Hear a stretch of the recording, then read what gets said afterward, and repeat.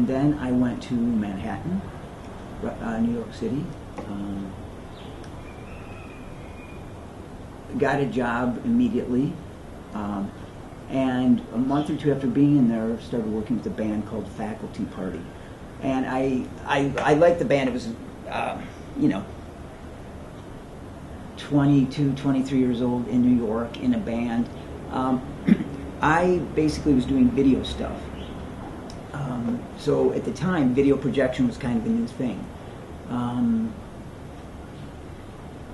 But on one song, they would drag me onto stage, or I would do something on stage, and I never prepared for that. I just didn't want to prepare. I actually did not want to do it at all. But they would give me a book or something and just say, go out and read. And these places probably don't exist. Well, they don't exist anymore. But a place called Danceteria, which was a kind of a amazing nightclub, 4 floors. The basement was like a disco. The main floor was a live stage, and then another disco, and then another smaller stage area. And in the summer, they'd open up the roof. And on the roof, the Empire State Building was there, World Trade Centers were down there, all of Manhattan was there. So it was just, it's quite a place. So the band played there, I think, once or twice. Again, I was not very good on stage, with one exception, and that was the last show. A place called 8BC was one thing. The New York at the time was I'm having rough, and this is not very good. Yeah, so I'm awkward now, but imagine me on stage in front of 200 or 300 New Yorkers who are drunk at 2 or 3 in the morning, and the rest of the band is very, very good. They were doing stuff like Robert Fripp stuff, phase patterns, but with dance music and kind of funk, and theatrical was like a rock opera type stuff. So, one of the guys that wrote the songs, his girlfriend, for example, had posed for Penthouse. So this is New York and all these important people. Why did they want the element of you coming up? Fill up time, basically. In between the songs. No. Somehow my character made sense to be on stage. They were kind of like jamming, just it was a very, very good band.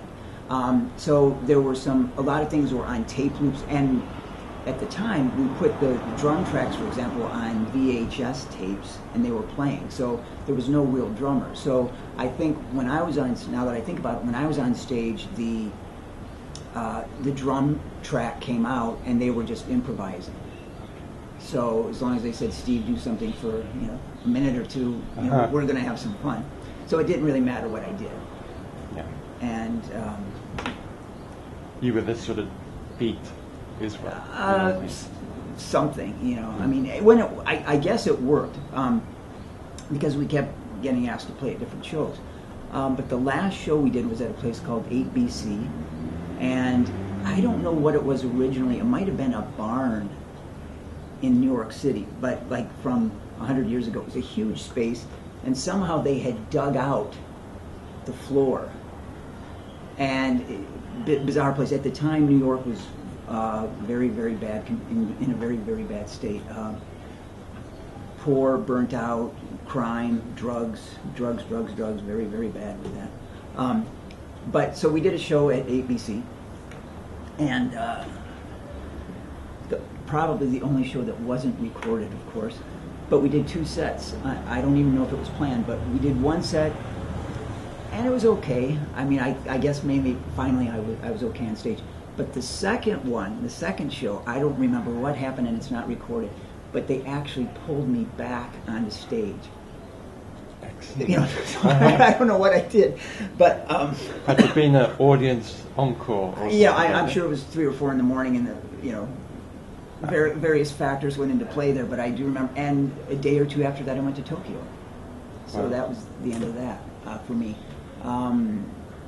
But that 8BC was memorable for a faculty party in another way. I wasn't there for the. There was a there was a New Year's Eve show, I think 1985, and I wasn't there. I was in. No, it must have been New Year's Eve 1983.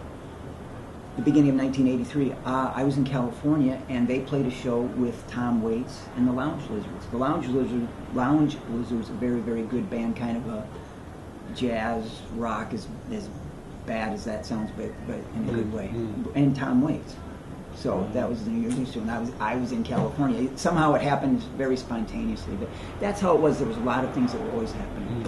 I was 23 when I left New York, so in the 2 years that I was there, almost every day was something just amazing and unbelievable. And I should also talk about a guy named Steve Pagnotta, who kind of a legend. He ran a restaurant, and still does, I guess, called Tortilla Flats, which now is very different, but at the time it was almost like a nightclub. And to give you an idea of the place, whenever they would get a bad food review for their food, they would put it in a gold frame. Okay. But the food was not bad. It was pretty good. But they had stuff like Led Zeppelin bingo. I don't know how that works. They had Ernest Borgnine night. Ernest Borgnine was an actor, kind of just a lot of fun stuff like that, and great music. That was the thing. You'd go there and just great music. So Steve was doing that, but he also had some bands. He had a band called Boss Pocket, but they never recorded anything. But in terms of independent music and stuff, that was he was a big inspiration to me.